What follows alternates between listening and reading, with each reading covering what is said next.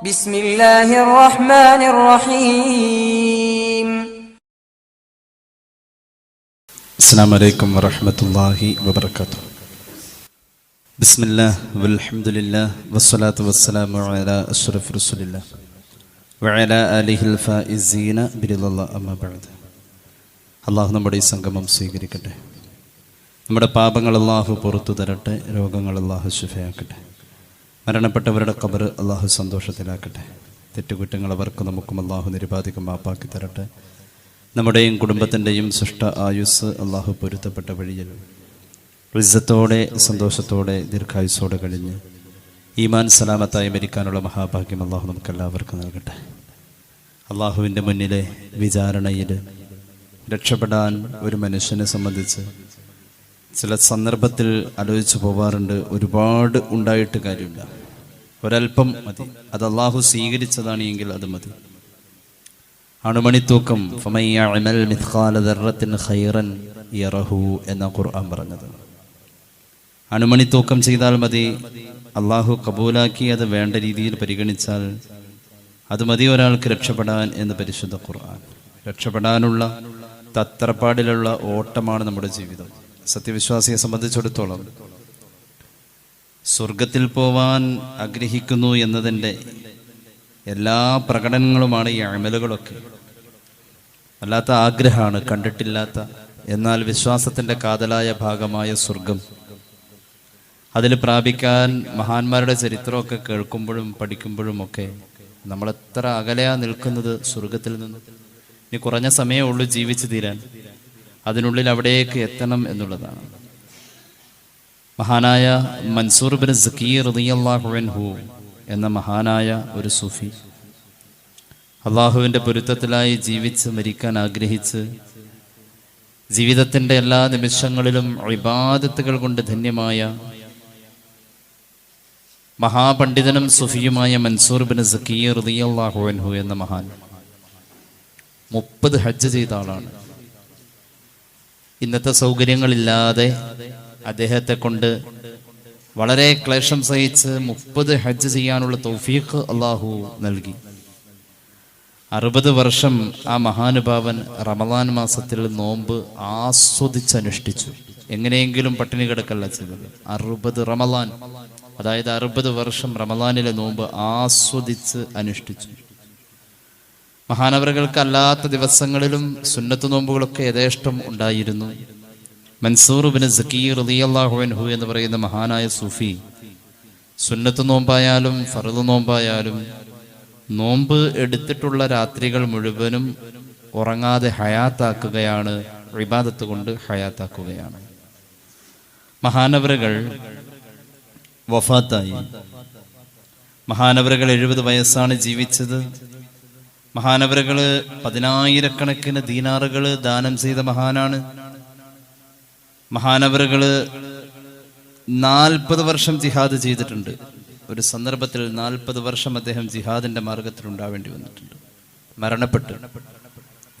മരണപ്പെട്ട് കഴിഞ്ഞപ്പോൾ മഹാനവറുകളെ അല്ലാഹു റബ്ബുൽ ഇസ്സത്ത് കുടുംബത്തിലെ ചില വേണ്ടപ്പെട്ടവർക്ക് സ്വപ്നത്തിൽ കാണിച്ചു.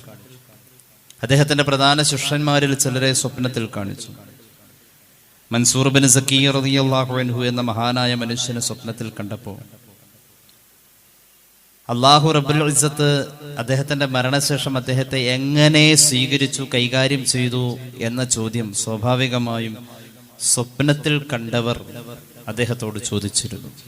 മൻസൂർ ബിൻ സക്കീർ റളിയല്ലാഹു അൻഹു എന്ന് പറയുന്ന വലിയ മഹാൻ ഇത്രയും ഇബാദത്ത് ചെയ്ത് 30 ഹജ്ജ്, 60 വർഷം റമദാൻ ആസ്വദിച്ച് നോമ്പ്, 10,000 ദീനാറുകൾ സദഖ, ഹയാത്താക്കി രാവുകൾ എത്രയോ വർഷങ്ങളോളം, ഇതെല്ലാം ഉണ്ടായിട്ടും 40 വർഷത്തെ ജിഹാദ് അടക്കമുള്ള കാര്യങ്ങൾ ചെയ്തിട്ടും മഹാനവറുകളെ കുറിച്ച് വലിയ സങ്കല്പത്തിൽ നിൽക്കുന്ന ആ അവസ്ഥയിലുള്ള ആളുകൾക്ക് സ്വപ്നം കണ്ടപ്പോൾ അവരദ്ദേഹത്തോട് ചോദിച്ചു, അല്ല തങ്ങളെ, ഞങ്ങള് ചോദിക്കട്ടെ, അള്ളാഹു അങ്ങയെ എങ്ങനെയാണ് കണ്ടുമുട്ടിയത്? അള്ളാഹുവിനെ അങ്ങ് എങ്ങനെയാണ് കണ്ടുമുട്ടിയത്?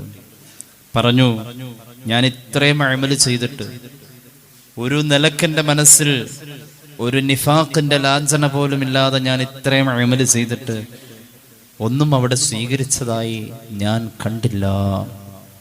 എൻ്റെ ഈ അമലുകൾ കൊണ്ട് എനിക്ക് സ്വർഗം കിട്ടാനുള്ള ഒന്നും അവിടെ യോഗ്യതയിൽ ഞാൻ കണ്ടതേ ഇല്ല.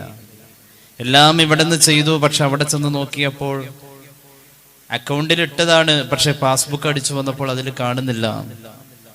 ഞാൻ അങ്ങനെ അള്ളാഹുവിൻ്റെ മുന്നിൽ യാചിച്ചു, എൻ്റെ ഈ അമലുകളിൽ നീ സ്വീകരിച്ചതായി ഞാൻ കാണുന്നില്ലല്ലോ.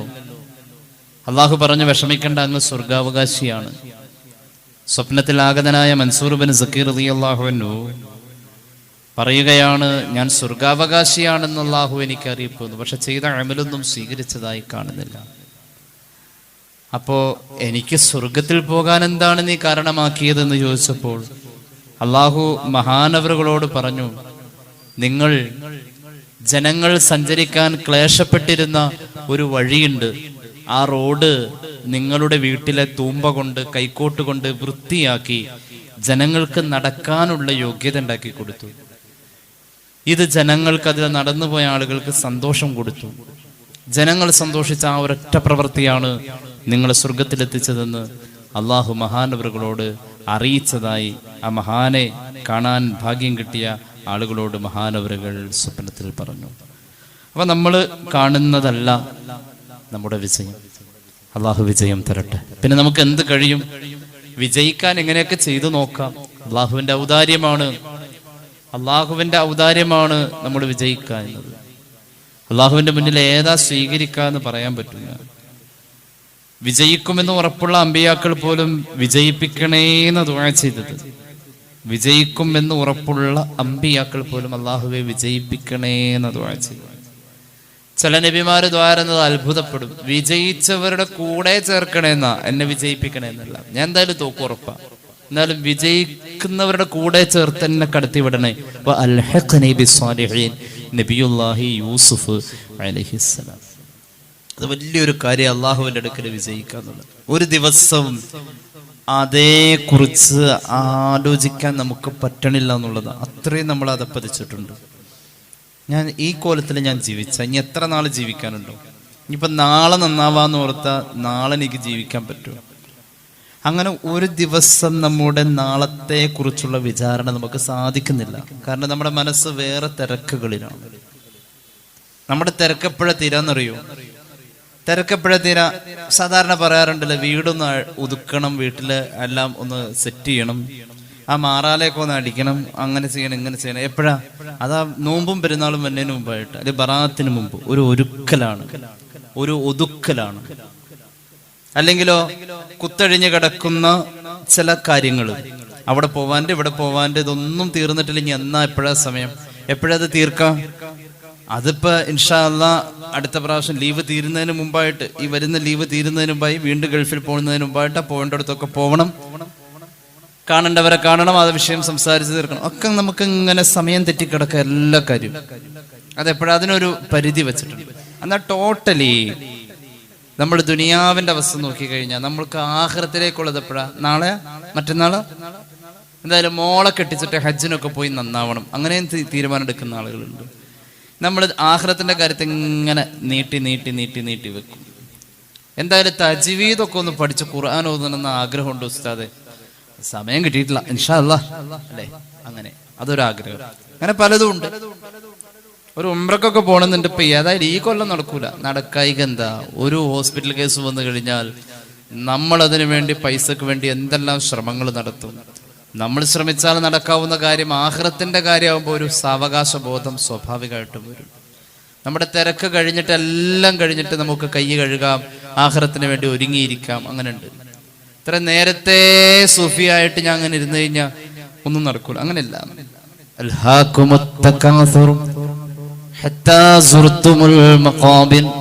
നമുക്ക് തിരക്കാണെന്ന് ഖുർആൻ തന്നെ പറഞ്ഞു, അള്ളാഹു പറഞ്ഞു നമുക്ക് തിരക്കാണ്.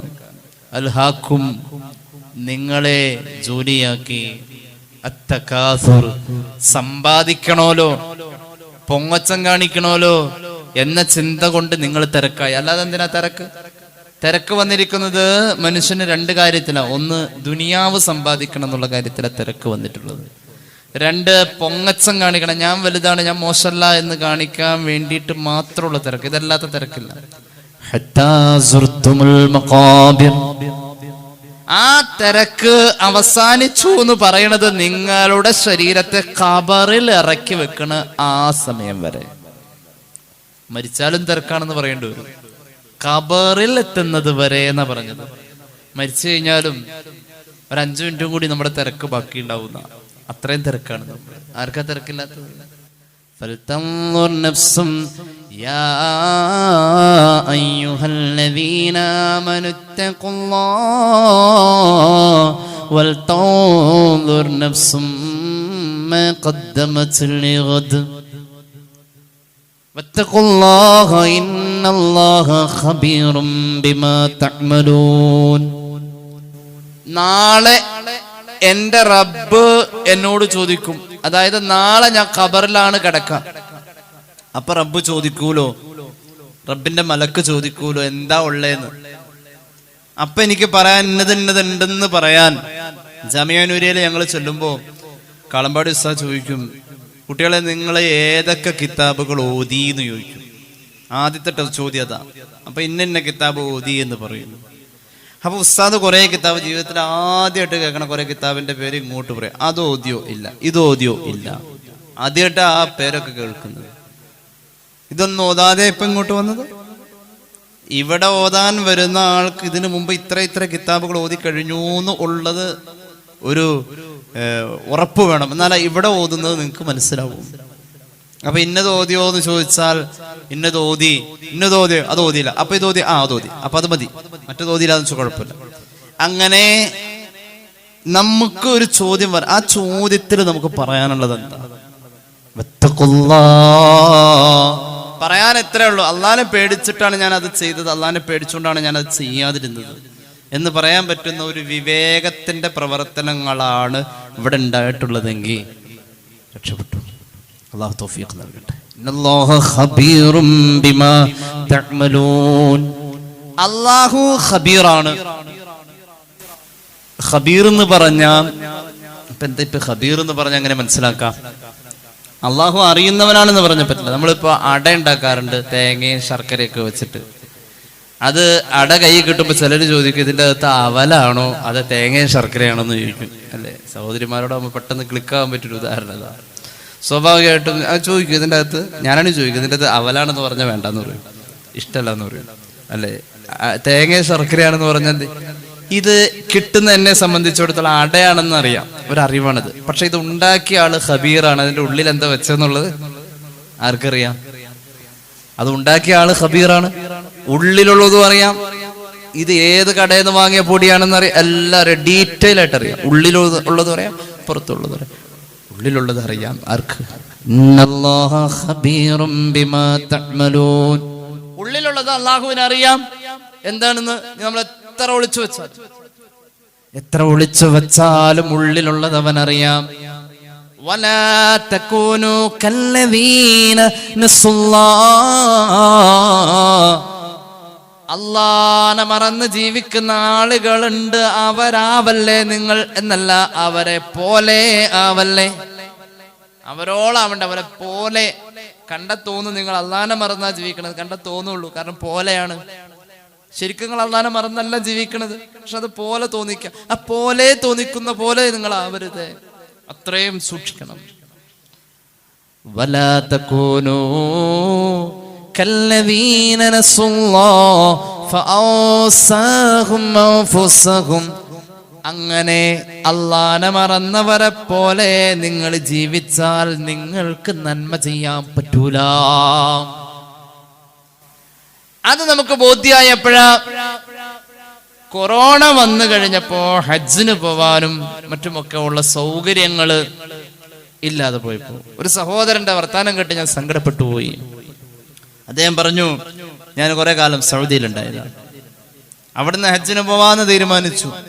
അന്ന് പിന്നെ അടുത്ത കൊല്ലാവട്ടെ അവസാനം എന്റെ വിസ അടിക്കുന്ന പ്രായം തെറ്റി. പിന്നെ നാട്ടിലേക്ക് വരാൻ നിർബന്ധിതനായി. അപ്പൊ എനിക്ക് അത്രയും വർഷം അവിടെ ഉണ്ടായിട്ട് ഹജ്ജിന് പോവാം, ഞാൻ പിന്നെ ഓരോ വർഷം നീട്ടിവെച്ചു. നാട്ടിൽ വന്നു കഴിഞ്ഞപ്പോ നെറുക്കെടുപ്പായി.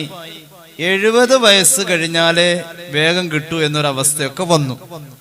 അങ്ങനെ എല്ലാം പിന്നെയും ഒരു സാവകാശം തോന്നി. ഇന്ന് അങ്ങനെ ആവട്ടെ എന്ന് ഓർത്തു. ഏതാണ്ട് ആ വയസ്സിനോട് അടുത്ത് വന്നപ്പോ, ഏതായാലും ആ വയസ്സ് കടക്കുന്ന ഒരു സമയമായപ്പോ കൊറോണ കഴിഞ്ഞ ശേഷം ഒരു അവസരം കിട്ടി. അന്നേരം 70 കഴിഞ്ഞവർക്ക് അവിടെ പറ്റൂല. ഞാൻ എൻ്റെ വിസ അടിച്ച ശേഷം റിട്ടേൺ ടിക്കറ്റിന്റെ തലേന്നാണ് എനിക്ക് മദീനയെന്ന് റിട്ടേൺ ടിക്കറ്റിന്റെ തലേന്നാണ് എനിക്ക് 70 വയസ്സ്. എൻ്റെ പാസ്പോർട്ട് ഡേറ്റ് അനുസരിച്ച് എനിക്ക് 70 വയസ്സ് അവിടുന്ന് പോരുന്നതിന്റെ തലേന്നാവുള്ളൂ.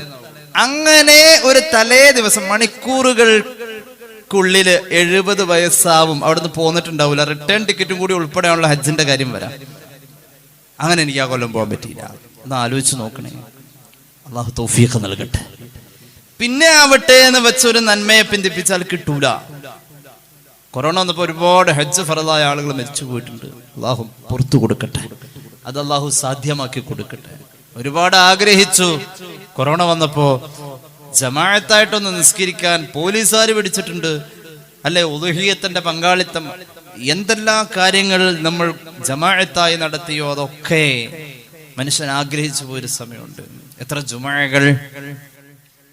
فأوصاهم أنفسهم أولئك هم الفاسقون لا يستوي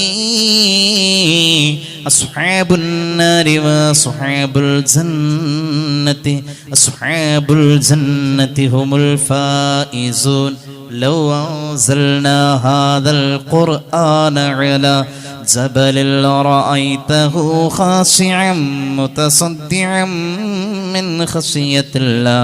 ഇത്ര മനോഹരമായ ആയത്തുകൾ ഓർത്തു വെച്ചോളണേ. സ്വർഗത്തിൽ പോകുന്നവരും നരകത്തിൽ പോകുന്നവരും ഒരുപോലെയല്ല എന്നത് എപ്പോഴും ഓർമ്മ വേണേ.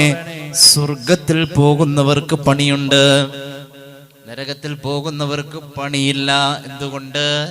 ഒരു ഹറാമാവാൻ നീയത്ത് വേണ്ട, ഹറാമാവാൻ ശുർത്ത് വേണ്ട, ഫർള് വേണ്ട. ഒരു ചെറിയ നിസ്കാരമാവാൻ എത്ര ഫർളുകൾ? 10-14 ഫർള് വേണം. അതിന്റെ പരിപൂർണ കോലമുണ്ടാവാൻ എത്ര സുന്നത്തുകൾ, ഷർത്തുകൾ വേറെ. ഷർത്തുകളിൽപ്പെട്ട ഒരു ഷർത്താണ് ഉളൂ. ആ ഉളൂഇനുമുണ്ട് ഫർളും ഷർത്തും സുന്നത്തും. ഇതൊക്കെ കഴിഞ്ഞൊരുപാട് ഫർളുകളും ഷർത്തുകളും സുന്നത്തുകളും ഇങ്ങനെ പടിപടിയായി പാലിച്ചു വന്ന് അവസാനം നിസ്കരിക്കാൻ കൈകെട്ടിയാൽ നിസ്കാരത്തിന്റെ നിബന്ധനയിൽ പറയാത്ത ഒരു നിബന്ധനയും വന്നു. മനസ്സിൽ നിസ്കാര ബന്ധമില്ലേ, ആ നിസ്കാരം ശൂന്യമാ. അല്ലാഹു കാത്തുരക്ഷിക്കട്ടെ. അപ്പൊ സ്വർഗത്തിൽ പോണാക്ക് പണിയുണ്ട്, നരകത്തിൽ പോണാക്ക് നീയത്തും വേണ്ട, ഫർദൂല ഷർത്തുല ഒള്ളൂല ഖിബലല തലയും മറക്കണ്ട, അങ്ങനെ ചെയ്താൽ മതി, പോയിക്കോളും വേഗം. അപ്പൊ ഈ സ്വർഗത്തിൽ പോണ ആൾക്ക് 70 ഇരട്ടി, 700 ഇരട്ടി, 7000 ഇരട്ടി എന്ന ഇരട്ടി ഇരട്ടി ഇരട്ടി ഇരട്ടി കൂലി അള്ളാഹു കൊടുത്തത് അവന്റെ ഔദാര്യ. അള്ളാഹു തരട്ടെ, അള്ളാഹു തൗഫീഖ് നൽകട്ടെ. നമ്മുടെ മരണശേഷം എന്തെങ്കിലും ഒന്ന് കാണാൻ വേണമല്ലോ. അമ്പിയാക്കൾ ദുആയിരുന്നു, പടച്ചോനെ ഞാൻ മരിച്ചാൽ എന്റെ മരണശേഷം ജനങ്ങൾ മനസ്സിൽ തട്ടിപ്പറയണം, നല്ലൊരു മനുഷ്യനാ മരിച്ചുപോയത്. ആ സഹോദരിയെ പറ്റി പറയണം, നല്ലൊരു സഹോദരിയാ മരിച്ചുപോയത്. നമ്മുടെ മഹല്ലിലെ ഒരു സഹോദരനെ പറ്റി ഇന്നലെ ഞാൻ എന്റെ സഹപ്രവർത്തനോട് ചോദിച്ചു, അദ്ദേഹം മരിച്ചുപോയോന്ന്. എന്തുകൊണ്ട്? ഒന്നാമത്തെ സഫിൽ അദ്ദേഹമുണ്ട്. നമ്മുടെ ഹൈദർക്ക് അല്ലാഹു മഗ്ഫിറത്ത് കൊടുക്കട്ടെ. മിനി ഞാൻ അവിടെ നിന്ന് ഭക്ഷണം വന്നു, ഞാൻ ചോദിച്ചു ഹൈദർക്ക ഉണ്ടോ? എനിക്ക് ഒരു സംശയം. ആ മയ്യത്ത് പരിപാലനത്തിലും അവിടെ ദ്വാരക്കാനൊക്കെ ഞാൻ തന്നെ ഉണ്ട്. പക്ഷെ ആ ഒന്നാമത്തെ സഫിലുള്ള പോലെ ഓർത്തു പോവാ. പള്ളിയുടെ മുന്നിൽ ആ തിണ്ണലിരിക്കുന്ന പോലെ മറക്കാൻ പറ്റണില്ല. ഓർത്തു പോകും ചില മുഖങ്ങൾ. അങ്ങനെ എത്ര കൊല്ലം കഴിഞ്ഞാലും ഖലീലുള്ളാഹി തങ്ങളെ നമ്മൾ ഓർക്കുന്നു. ആ ചരിത്രം വായിക്കുമ്പോ മുന്നിലുള്ള പോലെ തോന്നുന്നു. എത്ര കൊല്ലം കഴിഞ്ഞാലും ഉമർ ഇബ്നുൽ ഖത്താബിനെ ജനങ്ങൾ ഓർക്കുന്നു. ഇത് സാധിച്ചില്ലേ? എങ്ങനെയാ അവർക്കത് സാധിച്ചത്? അവരുടെ ദുആഇന്റെ ശക്തിയാണത്. അങ്ങനെ നമുക്ക് 4 ആള് നല്ലത് പറയാൻ നമ്മളായിട്ടുണ്ടാക്കി വെച്ചാൽ കാലം എത്ര കഴിഞ്ഞാലും പേരക്കുട്ടിയോട് കഥ പറഞ്ഞു കൊടുക്കാൻ വല്ലുപ്പയുടെ ഇതിഹാസം ചരിത്രമാണ്. നാലാളെന്ന് പറഞ്ഞാൽ വിരല് കൊണ്ട് എണ്ണാവുന്ന 4 എണ്ണം മതി. നല്ലത് 4 എണ്ണം മതി നമ്മളെ പറ്റി നല്ലത് പറയാൻ. മുഅ്മിനീങ്ങൾ പറയണമെന്നുള്ളൂ. അത് ഒരു പ്രാവശ്യം പറഞ്ഞാൽ മതി, മലക്ക് ഏറ്റു പറയും. പിന്നെ മലക്കിന്റെ ഡ്യൂട്ടി ഖിയാമത്ത് നാൾ വരെ അങ്ങനെ നല്ലത് പറഞ്ഞുകൊണ്ടിരിക്കില്ല. ഒരാളെ അള്ളാഹു അംഗീകരിച്ചാൽ ജിബ്രീലിനെ വിളിച്ച് അലൈഹിസ്സലാം പറയും, അള്ളാഹു പറയും, ജിബ്രീലെ ഇന്ന ആളെ എനിക്ക് ഇഷ്ടായിട്ടോ. ജിബ്രീൽ അലൈഹിസ്സലാം വന്നുകൊണ്ട് 1-ാം ആകാശത്തിലും 7-ാം ആകാശത്തിലും ഒക്കെ വന്ന് വിളിച്ചു പറയും, അള്ളാഹു ഇഷ്ടപ്പെട്ട ഒരാളുണ്ട്, അവരെ നിങ്ങളും ഇഷ്ടപ്പെടണോട്ടോ എന്ന് പറയും. അങ്ങനെ മലക്കുകളോ കേട്ടവർ കേൾക്കാത്തവരോട് ഇങ്ങനെ പറയും. അങ്ങനെ മലക്കുകൾ നമ്മളെ അറിയാതെ അങ്ങോട്ട് ഇഷ്ടപ്പെടാണ്. അത് വലിയൊരു തൗഫീഖാണ്. 4 ആള് നല്ലത് പറയണം, നാവ് കൊണ്ട് തന്നെ പറയണം. അള്ളാഹു തൗഫീഖ് നൽകട്ടെ. ബിസ്മില്ലാഹിർ റഹ്മാനിർ റഹീം.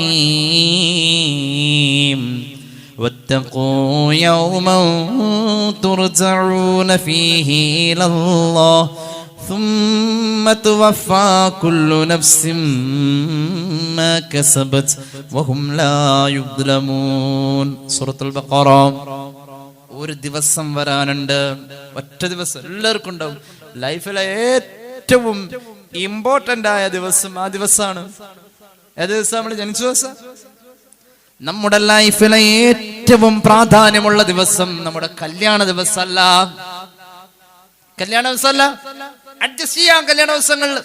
എന്തേ? 11:30 നിക്കായ 11:35 40 ഇന്ന് ഫോട്ടോ നന്നായിട്ട് എടുക്കുകയാണെങ്കിൽ ഒരു 12:35 വരെയൊക്കെ ആക്കാം. അഡ്ജസ്റ്റ് ചെയ്യാം കല്യാണ ദിവസം. വേണമെങ്കിൽ ഓരോ ദിവസം ഇന്ന് തിരക്കാണ്, എന്തേ കല്യാണത്തിന്റെ തിരക്കായിട്ട് കല്യാണം തന്നെ കഴിക്കാൻ മറന്നുപോയ ആളെന്ന് പറയുന്ന പോലെ നമുക്ക് അഡ്ജസ്റ്റ് ചെയ്യാം ദിവസം.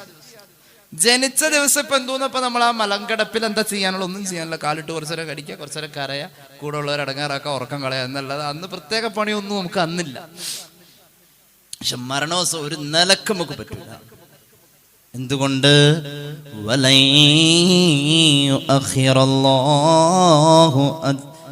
നഫ്സൻ ഇദാ ജാഅ അജലുഹാ. ഒരു ശരീരത്തിന്റെ സമയം എത്തിയാൽ, അതിന്റെ അലാറം അടിച്ചു കഴിഞ്ഞാൽ അള്ളാഹു ഒരു നിലക്കും അപ്പുറത്തേക്ക് ആ ശരീരത്തിനൊരു സാവകാശം കൊടുക്കൂല. അത് നമ്മുടെ കയ്യിലല്ല. ആ തളർച്ച അങ്ങ് വന്നു കഴിഞ്ഞാൽ, ക്ലാസ്സിലിരുന്നപ്പോ ദേഹാസ്വസ്ഥ്യം തോന്നി, ഒരു സാധാരണ പനി പോലെ ഒരു ചെറിയ അസ്വസ്ഥത അനുഭവപ്പെട്ടു. വീട്ടിൽ വന്നു, ചികിത്സക്ക് വേണ്ടി ഏറ്റവും പ്രാഥമികമായ ആവശ്യങ്ങളിലേക്ക് തൊട്ടടുത്ത ക്ലിനിക്കിലോ മറ്റോ ചെറിയ ആശുപത്രിയിൽ ചെന്നു. അവര് പറഞ്ഞു നിർബന്ധമായും ബ്ലഡ് പരിശോധിക്കണം. ബ്ലഡ് പരിശോധിക്കാൻ തീരുമാനിച്ചു. 17 വയസ്സുള്ള ഒരു പൊന്നുമോളുടെ കാര്യ പറഞ്ഞത്. വേഗം മാസ്റ്റർ മെഡിസിറ്റിയിലേക്ക് പോയിക്കോളൂ, അങ്ങോട്ട് റെഫർ ചെയ്തു. സുബ്ഹാനല്ലാഹ്, ബ്ലഡ് ക്യാൻസർ ആണ്. അല്ലാഹു ശിഫാ നൽകട്ടെ. ഒരു അവധി അല്ലാഹു നിശ്ചയിച്ചാൽ ആ അവധിയിലേക്ക് എത്തുമ്പോ പിന്നെ അവിടെ അഡ്ജസ്റ്റ് ചെയ്യൽ നടക്കൂല. എന്തുകൊണ്ട്? ഇസ്രായീൽ അലൈഹിസ്സലാമിനെ കാണുമ്പോ പേടിച്ചു പോവാ. പേടിക്കാൻ കാരണമുണ്ട്. കൈശൂന്യമാ. നമ്മളൊരു യാത്രയിലാണെന്ന് വെക്കാം. യാത്രയിൽ ആവശ്യമായ ചിലവിനുള്ളത് നമ്മുടെ കയ്യിലുണ്ടെന്ന് വെക്കാം. നമുക്ക് ആ യാത്രയിൽ ഒറ്റയ്ക്കാണ് എന്ന ബോധ്യവും ഉണ്ടെന്ന് വെക്കാം. ആ യാത്ര ഒരു വിജനമായ അപരിചിതമായ ഭാഗത്താണെന്ന് വെക്കാം. അപകടം നിറഞ്ഞോടത്തുനിന്ന് എത്രയും പെട്ടെന്ന് വണ്ടി കിട്ടിയാൽ നാട്ടിലെത്തിയാലേ സമാധാനാവൂ. അങ്ങനത്തെ ഒരവസ്ഥയില് നമ്മുടെ കയ്യിലുള്ളത് നഷ്ടപ്പെട്ടു എന്ന് പറഞ്ഞാൽ നമുക്ക് അന്നേരം തോന്നുന്ന ആ ടെൻഷൻ. ഈ ഉംറക്കൊക്കെ കൂടെ വരുന്ന സഹോദരങ്ങൾ, ഇത്തിരി പ്രായമുള്ള സഹോദരിമാരൊക്കെ ആ ഫ്ലൈറ്റിൽ കയറുന്നതിന് മുമ്പ് ഒരു മൂത്രമൊഴിക്കൽ പരിപാടി ഉണ്ട്. കാരണം പേടിച്ചിട്ടാണ്, വേറൊന്നുമില്ല. കുറെ നേരം അങ്ങോട്ടും ഇങ്ങോട്ടൊക്കെ നടന്ന് ഈ AC-യുടെ തണുപ്പ്, എയർപോർട്ടിന്റെ അകത്ത് ആ കൂളിംഗ് ഒക്കെ കൊണ്ടു കഴിഞ്ഞപ്പോൾ മൂത്രമൊഴിക്കാൻ പറ്റും. ആ പോണ പോക്കിന് പാസ്പോർട്ട് കൊണ്ടുപോയി അവിടെ എവിടെയും വെക്കും. പിന്നെ അത് അന്വേഷിച്ചെടുക്കല അമീറിന്റെ പണി. ടെൻഷനാണ്. അമീറിനും ടെൻഷനാണ്, കൂടെ ഉള്ളവർക്കും ടെൻഷനാണ്. എല്ലാം കഴിഞ്ഞ് ഈ പാസ്പോർട്ട് കൊണ്ടുപോയി നശിപ്പിച്ച് കളഞ്ഞിട്ട് അവിടെ കൊണ്ടുപോയി മൂത്രപ്പുരയെന്ന് സാധാരണ കാണാതെ പോകുന്നത് കിട്ടുന്നത്. അപ്പൊ ഈ ആൾക്കുണ്ടാകുന്ന ഒരു ടെൻഷൻ, കയ്യിലൊന്നുമില്ല അവിടെ കൊടുക്കാൻ, അവിടെ കാണിക്കാൻ, റിസൾട്ട് നോക്കിയാൽ വട്ടപൂജ, ടെൻഷൻ ഉണ്ടാവും. ആ ടെൻഷൻ ഒരു മനുഷ്യനെ സംബന്ധിച്ചിടത്തോളം ആ ടെൻഷൻ ഉണ്ടാവുന്ന ദിവസമേതോ അന്ന് അവന്റെ ശരീരത്തിൽ അന്ന് മാത്രം അതിനു മുമ്പ് വരാത്ത ഒരു വിയർപ്പ് വരുന്ന ദിവസം. വേർക്കൂലോ? അന്ന് മാത്രം വരുന്ന വിയർപ്പ് അത് ആ ശരീരത്തിൽ ഒറ്റ പ്രാവശ്യം വരൂ, അത് അന്നേ വരൂ. അന്ന് ശരീരത്തിന്റെ ഉറങ്ങിക്കിടക്കുന്ന ഏത് ഗ്രന്ഥിയും അന്ന് പ്രവർത്തിക്കും. അന്ന് അവന്റെ നെഞ്ചിനുണ്ടായ മിടിപ്പ് അതിനു മുമ്പ് ഉണ്ടായിട്ടില്ല. വല്ലാത്ത കിതപ്പായിരിക്കും. അന്ന് അവന്റെ ഉമിനീര് വറ്റിയ പോലെ ഒരിക്കലും വറ്റിയിട്ടില്ല. അന്ന് അവന്റെ നാവ് കുഴഞ്ഞു പോയ പോലെ ഒരിക്കലും അതിനു മുമ്പ് കുഴഞ്ഞിട്ടില്ല. അന്നത്തെ ടെൻഷൻ പോലത്തെ ഒരു ടെൻഷൻ ഒരു ശരീരത്തിൽ ഒരു പ്രാവശ്യം ഉണ്ടാവൂ, അത് ഒരു ദിവസമേ ഉണ്ടാവൂ. ആ ദിവസത്തെ നിങ്ങൾ ഓർക്കണം, സൂക്ഷിക്കണം എന്ന് പരിശുദ്ധ ഖുർആൻ.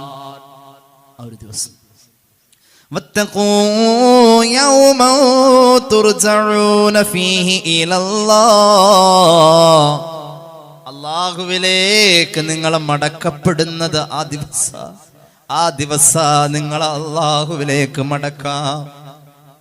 മിൻഹാ ഖലഖനാകും വഫീഹാ നുഈദുകും വമിൻഹാ നുഖ്രിജുകും താറത്തൻ ഉഖ്റാ. അല്ലേ എപ്പോഴാ പറയണത്? ആദ്യത്തെ പിടി മണ്ണ് വാരിയിട്ട് ഖബറിലേക്ക്, ഖബറിന്റെ ചുറ്റുമുള്ളവരെങ്ങനെ ഇടാറുണ്ട്. ആദ്യത്തെ പിടിമണ്ണ് വാരിയിടുമ്പോ പറയും മിൻഹാ ഖലഖനാകും, എന്റെ കയ്യിലുള്ള ഈ മണ്ണിൽ നിന്നാണ് നമ്മെ അല്ലാഹു പടച്ചത്. വഫീഹാ നുഈദുകും, അതിലേക്ക് നിങ്ങളെ മടക്കപ്പെടുന്നു. വമിൻഹാ നുഖ്രിജുകും താറത്തൻ ഉഖ്റാ, ഇതിൽ നിന്ന് തന്നെയാ രണ്ടാമത് നിങ്ങൾക്കൊരു പുനർജീവിതം എന്ന് പരിശുദ്ധ ഖുർആൻ.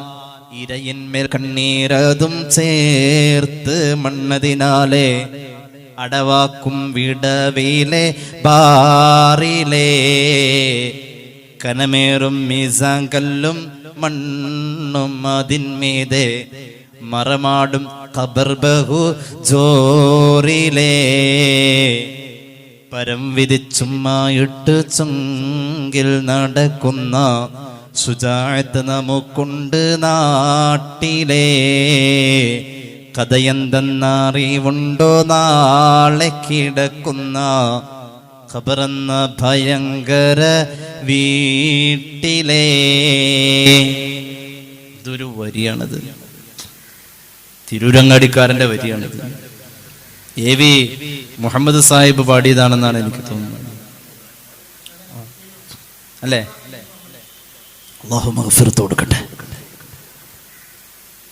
വല്ലാത്തൊരു വരിയാണത്. അങ്ങനത്തെ ഒരു ദിവസം ഉണ്ട്, അത് പേടിച്ചോളണേ. ഭയങ്കര. അന്നത്തേക്ക് എന്താ ഉള്ളത്? ഒന്നുമില്ല. എന്നിട്ട് അള്ളാന്റെ അടുത്ത് ചെല്ലുമ്പോൾ ചെയ്തതൊക്കെ അവിടെ ബ്ലൂട്ടിക്ക് വീണിട്ടുണ്ടെങ്കിൽ അള്ളാഹു അതിനൊക്കെ കൂലി തരും എന്ന് ഖുർആൻ. ഇതെപ്പോഴും നമ്മൾ ഓർക്കാറില്ലെങ്കിലും നമ്മൾ ഓർമ്മപ്പെടുത്തുന്ന ആയത്തുകളുണ്ട്. ബിസ്മില്ലാഹിർ റഹ്മാനിർ റഹീം. ഇന്നാ നഹ്നു നുഹ്യിൽ മൗതാ വനക്തുബു മാ ഖദ്ദമൂ വആസാറഹും വകുല്ല ശൈഇൻ അഹ്സൈനാഹു ഫീ ഇമാമിൻ മുബീൻ. എവിടെ ഉണ്ടായത്? സൂറത്ത് യാസീൻ. എന്താ പറഞ്ഞത്? ഇന്നാ നഹ്നു നുഹ്യിൽ മൗതാ, മരിച്ച് ഖബറിൽ കിടക്കുന്നവരെ, മരണപ്പെട്ടു പോയവരെ നാം ജീവിപ്പിക്കുന്നു. വനക്തുബു മാ ഖദ്ദമൂ, അവർ മരിച്ചു പോകുന്നതിന് മുമ്പ് ചെയ്തു വെച്ച സൽക്കർമ്മങ്ങളെ നാം രേഖപ്പെടുത്തിയും വെച്ചിരിക്കുന്നു. നമ്മെ തന്നെ ഏൽപ്പിച്ചിട്ടില്ല അത് രേഖപ്പെടുത്താൻ. വീഴ്ച വരും, വീഴ്ച വരാൻ പാടില്ല. അതിന് അല്ലാഹു വീഴ്ച വരാത്ത മലക്കുകളെ ഏൽപ്പിച്ചു. ചെയ്തതും മറ്റുള്ളവർക്ക് തന്റെ ശേഷം ചെയ്യാൻ വേണ്ടി അവനായി പ്രചോദനം കൊടുത്ത് ഒരുക്കി വെച്ച മരണശേഷം അവന്റെ ഖബറിലേക്ക് ഒഴുകിയെത്തുന്നതുമായ പ്രതിഫലത്തിന്റെ സൗകര്യവും ഞാൻ എഴുതി വെച്ചിട്ടുണ്ട്. മനസ്സിലായില്ല? നമ്മൾ ചെയ്തത് മാത്രല്ല, ആസാറകും നമ്മളായിട്ട് പഠിപ്പിച്ചു വെച്ചത് നമ്മുടെ മരണശേഷം ആരെങ്കിലും ചെയ്തുകൊണ്ടിരിക്കുകയാണെങ്കിൽ അതും നമുക്ക് കിട്ടും. അങ്ങനെയാ പറഞ്ഞു. അങ്ങനെയുണ്ട്. നമ്മൾ ചെയ്തത് മാത്രമല്ല, നമ്മൾ ഒരു പ്രാവശ്യം ചെയ്തോളൂ, അതിന്റെ ശേഷം നമ്മുടെ ശേഷം ഇപ്പൊ നമ്മളൊക്കെ പറയാറുണ്ട് 100 സ്വലാത്ത് എല്ലാം പറഞ്ഞ് വല്ല വയതിന്റെ സസ്യരൊക്കെ ആരോടെങ്കിലും ഒക്കെ ഇങ്ങനെ പറയും, ആൾക്കാർ കൈ പോക്കും, കുറെ പേരൊക്കെ ചൊല്ലും. നമ്മൾ എത്ര കാലം കഴിഞ്ഞാലും ഏതായാലും എല്ലാവരും ഒരുമിച്ച് ഒരു ദിവസം മരിക്കൂലല്ലോ. ഇത് പറഞ്ഞു കൊടുത്ത ആള് മരിച്ചാലും ശേഷം അത് ചൊല്ലിക്കൊണ്ടിരിക്കുന്ന ആള് ചൊല്ലുന്നതിന്റെ ഒരു വിഹിതം എത്തിക്കൊണ്ടിരിക്കും. അള്ളാഹു തൗഫീഖ് നൽകട്ടെ. ഒരാളെ കൊണ്ട് നല്ലത് ചെയ്ത് അപ്പൊ സ്വാലിഹീങ്ങളായ മക്കളെ നമ്മൾ നിർമ്മിച്ചു കഴിഞ്ഞാൽ, അവരെ പഠിപ്പിച്ച് ആ കോലത്തിലാക്കിയാൽ, ആ മക്കൾ ചെയ്യുന്ന സ്വലാഹിയത്ത് മുഴുവനും വാപ്പാടും മാടും കബറിലേക്കാ. അത് ഞാൻ എത്ര കാലം കഴിഞ്ഞാൽ എൻ്റെ വാപ്പ പഠിപ്പിച്ചത് മക്കള് ചെയ്താൽ, ആര് ചെയ്താലും അവിടെയാണ് ഇൽമിന്റെ ഒക്കെ മഹത്വം. അത് ഒരാൾക്ക് അറിയിച്ചു കൊടുത്ത് അയാളെ കൊണ്ട് ചെയ്യാൻ പ്രചോദനം കൊടുക്കുമ്പോൾ അയാൾ ചെയ്യുന്നതിന്റെ ഒരു വിഹിതം ഇങ്ങനെ വന്നുകൊണ്ടിരിക്കും. ഇത് നമുക്ക് പെട്ടെന്ന് മനസ്സിലാവും. ഇപ്പോൾ ഈ ഒരു പുതിയ ബിസിനസ് വന്നിട്ടുണ്ട്. നമ്മുടെ അണ്ടറിൽ വേറൊരാളെ ചേർത്ത് കഴിഞ്ഞാൽ അവരുടെ കമ്മീഷൻ നമുക്ക് കയറുമെന്ന് പറയും. അത് പെട്ടെന്ന് ക്ലിക്കാവും. പക്ഷെ അത് വേണ്ട, നമുക്ക് അത്തരം ബിസിനസ് വേണ്ട. ഈ ബിസിനസ് നല്ല പഠിപ്പിച്ചൊരു ബിസിനസ് ഉണ്ട്. ഇത് ഭയങ്കര, അതിന്റെ ഒരു വിഹിതം കിട്ടും. നിങ്ങൾ ചെയ്തത് ഹബീബായ നബി തങ്ങൾ പഠിപ്പിച്ചല്ലോ, സല്ലല്ലാഹു അലാ മുഹമ്മദ്. عن أبي هريرة رضي الله عنه قال رسول الله صلى الله عليه وسلم മരിച്ച് ഖബറിൽ കിടന്നാൽ നമുക്കിങ്ങനെ ഒഴുകി ഒഴുകി വരുന്ന 7ഓളം കാര്യങ്ങളുണ്ട്. പ്രതിഫലം നിലച്ചു പോവാത്ത 7 കാര്യങ്ങൾ. ഇന്ന മിമ്മാ യൽഹഖുൽ മുഅ്മിന മിൻ അമലിഹി വഹസനാതിഹി ബഅദ മൗതിഹി. മരിച്ചാലും അവന്റെ അമലിൽ നിന്ന് പോവാത്ത 7 കാര്യങ്ങൾ, ഖബറിൽ ഗുണം കിട്ടുന്ന 7 കാര്യങ്ങൾ. ഇൽമൻ അലിമഹു വനശറഹു. താൻ അറിയുകയും മറ്റുള്ളവർക്ക് പ്രചരിപ്പിക്കുകയും ചെയ്ത ഇൽമാണ് ഒന്ന്. അല്ലാഹു തൗഫീഖ് നൽകട്ടെ. രണ്ടാമത്തേത് വലദൻ സ്വാലിഹൻ തറക്കഹു. തനിക്ക് വേണ്ടി ദുആ ചെയ്യുന്ന മനസ്സുള്ള നല്ലൊരു മോനെ, നല്ലൊരു മോളെ. സന്ധ്യ ആയി കഴിഞ്ഞാൽ ദിക്റ് ചൊല്ലി ശീലിപ്പിച്ച് പിന്നെ നിസ്കാരത്തിൽ കയറി, നിസ്കാരത്തിന്റെ ജമാഅത്തും ഖുർആൻ പാരായണവും, സത്യം തല പോയാലും സത്യം പറയൂ, നല്ല ദീനിയായ ബോധവും. മക്കളെ അങ്ങനെ വളർത്തിയാൽ ആ മക്കൾ ആണാവട്ടെ പെണ്ണാവട്ടെ മരിച്ചാൽ നമ്മുടെ ഖബറിൽ ഉപകാരം. രണ്ടാമത്തേത് അത് ഖാല റസൂലുള്ളാഹി. മൂന്നാമത്തേത് മുസ്ഹഫൻ വറസഹു. താൻ ഒരാൾക്ക് ഓതാൻ കൊടുത്തേൽപ്പിച്ച മുസ്ഹഫ്, കിതാബ്. അങ്ങനെയുണ്ട്. എനിക്ക് ഒരു സഹോദരൻ, പണ്ഡിത സഹോദരൻ കുറേ കിതാബ് വാങ്ങി തന്നു. അങ്ങനെ ഞാൻ ഒരിക്കൽ അതിങ്ങനെ എടുത്തു നോക്കിയപ്പോൾ ഓർത്തു, പെട്ടെന്ന് അദ്ദേഹത്തെ ഓർത്തു. കക്കടിപ്പുറം അബൂബക്കർ മുസ്ലിയാരുടെ ശിഷ്യനാണ് അദ്ദേഹം. അല്ലാഹു മഗ്ഫിറത്ത് കൊടുക്കട്ടെ. അങ്ങനെ ഞാൻ അദ്ദേഹത്തെ തൊട്ടടുത്ത ആ നാട്ടിലൂടെ യാത്ര പോയപ്പോൾ അദ്ദേഹത്തെ അന്വേഷിച്ചു. അപ്പൊ അദ്ദേഹത്തെ പറ്റി നാട്ടുകാർ പറഞ്ഞു, നല്ലൊരു മരണം, നാട് ശ്രദ്ധിച്ച മരണം. ആ വലിയ ഇൽമുള്ള ആ നാട്ടിലെ മഹല്ല് പ്രസിഡന്റ് ആയിരുന്ന ആ കാരണവര്, കക്കടിപ്പുറ അബൂബക്കർ മുസ്ലിയാരുടെ ദർസിൽ പഠിച്ച മഹാപണ്ഡിതൻ മരിച്ചു. എനിക്ക് കിതാബ് തരുമ്പോ അദ്ദേഹം മരിക്കുമ്പോ ഒന്ന് യാസീനൊന്നും ഒന്നും പറഞ്ഞില്ല. ഞാനതിങ്ങനെ നിരന്തരം ഉപയോഗിക്കുമ്പോ അതിന്റെ ഒരു പ്രതിഫലം, ഞാനോ അല്ലെങ്കിൽ അതുപോലെ ആരൻ ഉപയോഗിക്കുന്നു, അവരുടെ ഖബറിലേക്ക് അതിന്റെ ഒരു പ്രതിഫലത്താ. ചിന്തിച്ചു പോയതാണത്. ഒരു ഉഖ്റവിയായ നേട്ടം കിട്ടുന്ന ഒരു ഗ്രന്ഥം, മുസ്ഹഫാവാം, ഹദീസിന്റെ കിതാബാവാം, എന്തുമാവാം. അതാണ് മൂന്നാമത്തേത്. നാലാമത്തേത് മസ്ജിദൻ ബനാ. പടച്ച റബ്ബിന്റെ പള്ളി നിർമ്മിക്കുന്നതിലേക്ക് എന്തെങ്കിലും കൊടുത്തിട്ടുണ്ടെങ്കിൽ അത്.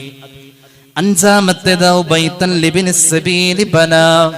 ജനങ്ങൾക്ക് ഉപകാരപ്പെടുന്ന മറ്റേതെങ്കിലും കെട്ടിടം നിർമ്മിക്കാൻ കൂടിയാൽ, ക്ലബ്ബ് നിർമ്മിക്കാനല്ല. നമ്മുടെ ഈ ബിൽഡിങ്ങിന്റെ നിർമ്മാണത്തിൽ പലരും പലതും കൊടുത്തിട്ടുണ്ട്. അതൊക്കെ ഖബറിൽ ഉപകാരമുള്ളതാണ്. ഔ നഹ്റൻ അജ്റാ. ജനങ്ങൾക്ക് കുടിവെള്ളം എത്തിക്കാനുള്ള ഏതെങ്കിലും പദ്ധതികൾ, വല്ല കിണറോ മറ്റോ കൂടിയിട്ടുണ്ടെങ്കിൽ. മഹാനായ സഅദ് ഇബ്നു ഉബാദ റളിയല്ലാഹു അൻഹു ഇമാം അബൂ ദാവൂദിന്റെ സുനൽ ഹദീസിന്റെ ഹബീബിന്റെ മുന്നിൽ വെച്ച് പറഞ്ഞു, ഉമ്മ മരിച്ചു, ഞാൻ എന്ത് ചെയ്യണം? റസൂലുള്ളാഹി പറഞ്ഞു, വെള്ളം ദാനം ചെയ്യൂ. മഹാനവറുകൾ പോയി ഒരു കിണർ കുഴിച്ചു. എന്നിട്ട് പറഞ്ഞു, ഹാദാ ലി ഉമ്മി സഅദ്. സഅദിന്റെ ഉമ്മാന്റെ പേരിലാണ് ഈ കിണർ. അത് ഖബറിൽ ഉപകാരം. ഏഴാമത്തേത് ഔ സദഖതൻ അഖ്റജഹാ മിൻ മാലിഹി ഫി സുഹ്ഹതിഹി വഹയാതിഹി തൽഹഖുഹു മിൻ ബഅദി മൗതിഹി. ഒരു മനുഷ്യൻ ആരോഗ്യമുള്ളപ്പോൾ, ആവശ്യമുള്ള സമയത്ത്, തനിക്ക് പൈസ ആവശ്യമുണ്ട്, ആരോഗ്യമുണ്ട്, ആ സമയത്ത് ആവശ്യമുള്ളതിന്റെ ഒരു വിഹിതം, തന്റെ ആവശ്യവും മുന്നിലുണ്ട്, തനിക്ക് ചെയ്യാൻ ആരോഗ്യമുണ്ട്, ആരോഗ്യ കാലഘട്ടത്തിൽ ചെയ്യുന്ന സദഖക്ക് കൂലി കൂടുതലാ. അത് ഖബറിൽ ഉപകാരമെന്ന് പുണ്യ നബി സല്ലല്ലാഹു അലൈഹി വസല്ലം. ഇബ്നു മാജ അവിടുത്തെ സുനനിൽ ഈ ഹദീസ് പറയുന്നതായി നമുക്ക് കാണാം.